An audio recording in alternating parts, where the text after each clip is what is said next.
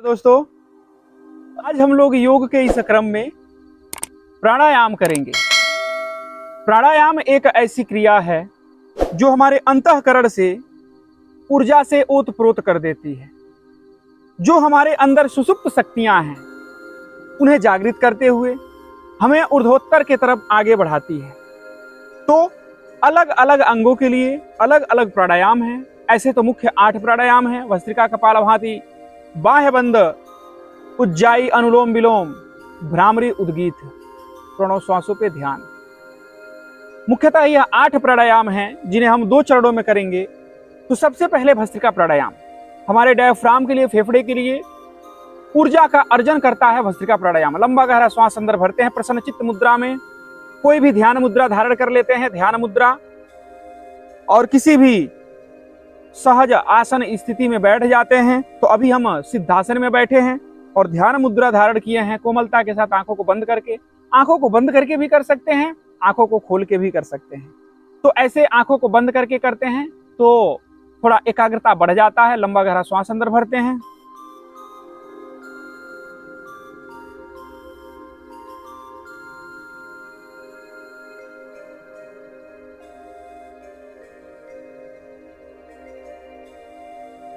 भस्त्रिका प्राणायाम ऐसे सामान्य रूप से अगर हम देखें तो 200 से 250 ml ही ऑक्सीजन अंदर हमारा भरता है, जिससे कि हमारी पूरी फेफड़ा के जो कोष होते हैं लगभग 30 करोड़ के आसपास छोटे छोटे वॉवल्स नुमा कोष बने होते हैं, जो पूरा हमारे जीवन काल में ठीक से खुल ही नहीं पाते हैं।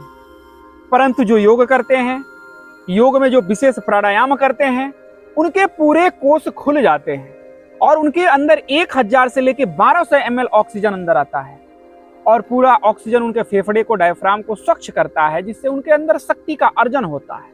तो ये कम से कम सामान्य रूप से आप 5 मिनट से 10 मिनट कर सकते हैं।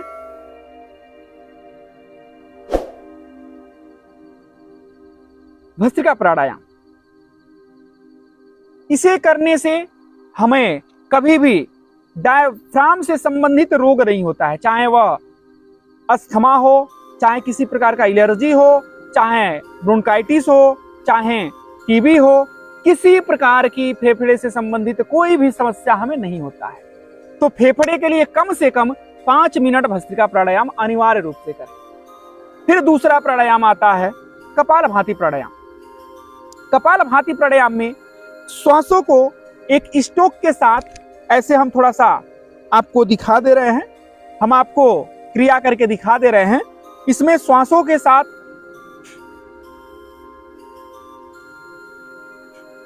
पेट को अंदर लेते हैं झटके से तो श्वास बाहर आता है। अब इसमें हमें श्वास लेने का प्रयास नहीं करना है, केवल श्वास छोड़ने का प्रयास करना है। झटके से श्वास अपने आप हमारे अंदर भर जाएगा। अष्ट चक्र 9 द्वारा हमारे अंदर अष्ट चक्र, सहस्त्रार से लेकर आज्ञा से लेकर विशुद्धि से लेकर मनस से लेकर अनाहत से लेकर मणिपुर से लेकर स्वाधिष्ठान चक्र तक, स्वाधिष्ठान के बाद मूलाधार चक्र तक, ये 8 चक्र हैं हमारे अंदर। ये 8 चक्र हमारे अंदर ऊर्जा का उत्सर्जन का कार्य करते हैं। तो उसी में से हमारे मणिपुर चक्र, नाभि के इर्द गिर्द हम लोग मणिपुर चक्र कहते हैं, इसलिए कि हम लोग सुनते भी हैं कि महाविद्वान महापंडित रावण के नाभि में अमृत बसा करता था, अमृत हुआ करता था। तो सबके नाभि में अमृत होता है, बस जरूरत है उसे जागृत करने की, उस अमृत को एक्टिव करने की, एक्टिवेट करने की। तो हम लोग कपालभाति से अपने अंदर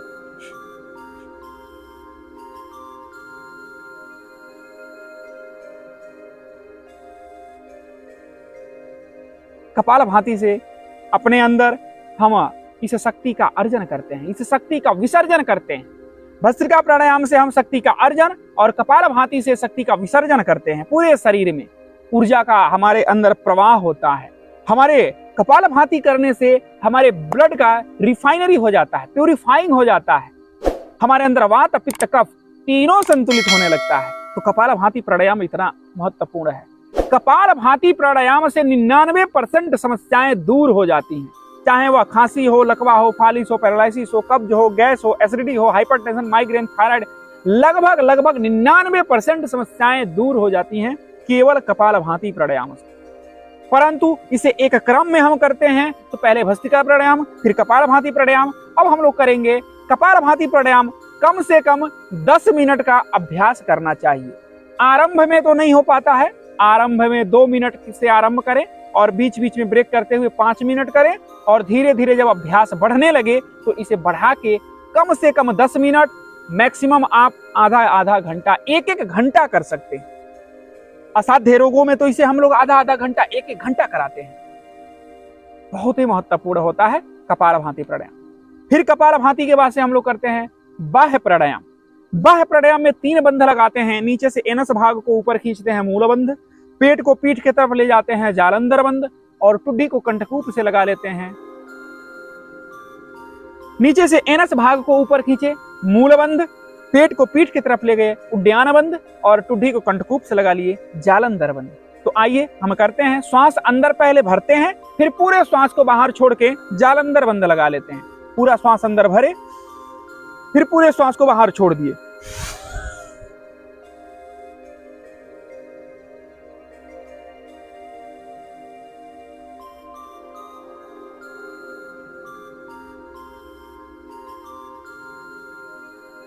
फिर रिलैक्स हो जाते हैं।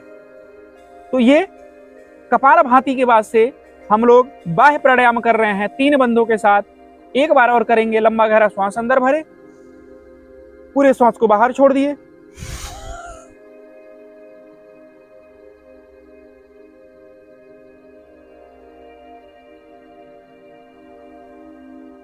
रिलैक्स हो गए। तो ये बाह्य प्राणायाम हमारे पेट से संबंधित, हमारे नीचे के जो प्रजनन तंत्र है उसको मजबूत करने के लिए, हमारे जो जननांग, हमारे कट क्षेत्र में जो भी अंग प्रत्यंग हैं उनको मजबूत करने के लिए बहुत ही अच्छा प्राणायाम, हमारे ब्रह्मचर्य को मजबूत करने के लिए बहुत अच्छा प्राणायाम बाह्य बंध प्राणायाम। ऐसे तो जब नीचे से एनस भाग को खींचते हैं तो पाइल्स के लिए भी बहुत ही फायदेमंद होता है, बहुत ही महत्वपूर्ण अभ्यास होता है। तो आइए, तीसरा हम लोग प्राणायाम कर चुके, चौथा करेंगे उज्जाई प्राणायाम। गले को टाइट करते हुए अंकुचन के साथ श्वास अंदर भरते हैं और जालंधर बंध केवल लगाते हैं।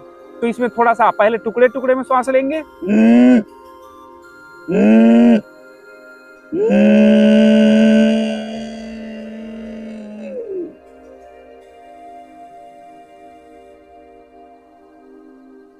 फिर दाएं नासिका को दबा के बाएं से श्वास बाहर छोड़ देते हैं। उज्जाई प्राणायाम हमारे गले से संबंधित समस्याओं के लिए, जैसे थायराइड के लिए बहुत ही अच्छा होता है। थायरॉक्सिन एसिड को, थायरॉक्सिन अम्ल को ये संतुलित कर देता है, जिससे थायराइड रोग नहीं होता है। हाइपोथायराइड, हाइपरथायराइड, दोनों प्रकार के थायराइड क्योर हो जाता है। थायराइड में ये अभ्यास कर लें और थोड़ा कुछ आयुर्वेद का सेवन कर लें। आयुर्वेद का हमने सेक्शन में जाके आयुर्वेद बताया है, तो वहां पे आप इसका सेवन कर सकते हैं। तो आज हम 4 प्राणायाम ही बताए, 4 प्राणायाम दूसरे दिन दूसरे सेशन में। तो बहुत बहुत धन्यवाद।